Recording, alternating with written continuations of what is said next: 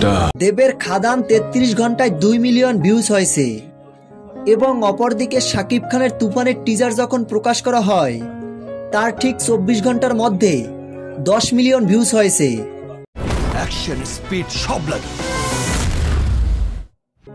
তাহলে শাকিব খানের তুফান দেবের খাদানের থেকে ভিউজে এগিয়ে।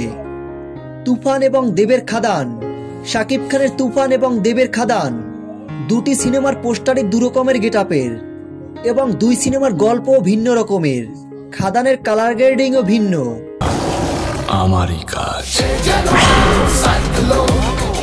প্রতিটা সিনেই অ্যাকশনে ভরপুর ছিল।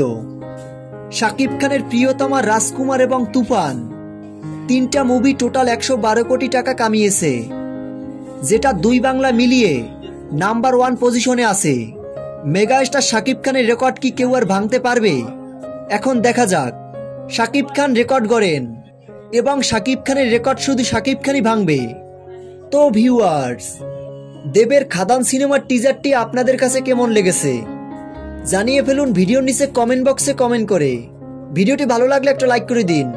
মেগা স্টার শাকিব খানের সকল আপডেট ভিডিও সবার আগে পেতে আমাদের চ্যানেলটি সাবস্ক্রাইব করে আমাদের পাশে থাকুন। ধন্যবাদ।